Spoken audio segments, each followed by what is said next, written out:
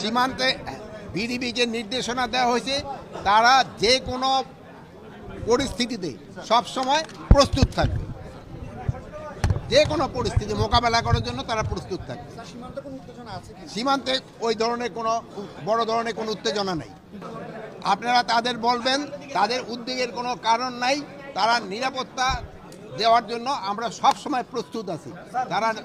তারা সম্পূর্ণ নিরাপদ। বিজিবি সব ধরনের কাজই করবে, আভ্যন্তরীণও কাজ করবে এবং বর্ডারও কাজ করবে, যেহেতু তাদের ইসে যে অবজেক্টিভ যেটা আছে ওটার ভিতরে দুটোই আছে। এটা ব্যাপারে আমি ভাই বলছে, কিন্তু এই ব্যাপারে আমি এখন এই ব্যাপারে কিছু বলতে চাই না। যদি ভারত একটা কথা, ভারতের জনগণ যেমন ধরেন করছে কি বলে প্রশাসন করছে, ওই ক্ষেত্রে তো আর বিজেপি প্রশাসন করবে না, ওই ক্ষেত্রে প্রশাসন করবে না আপনারা।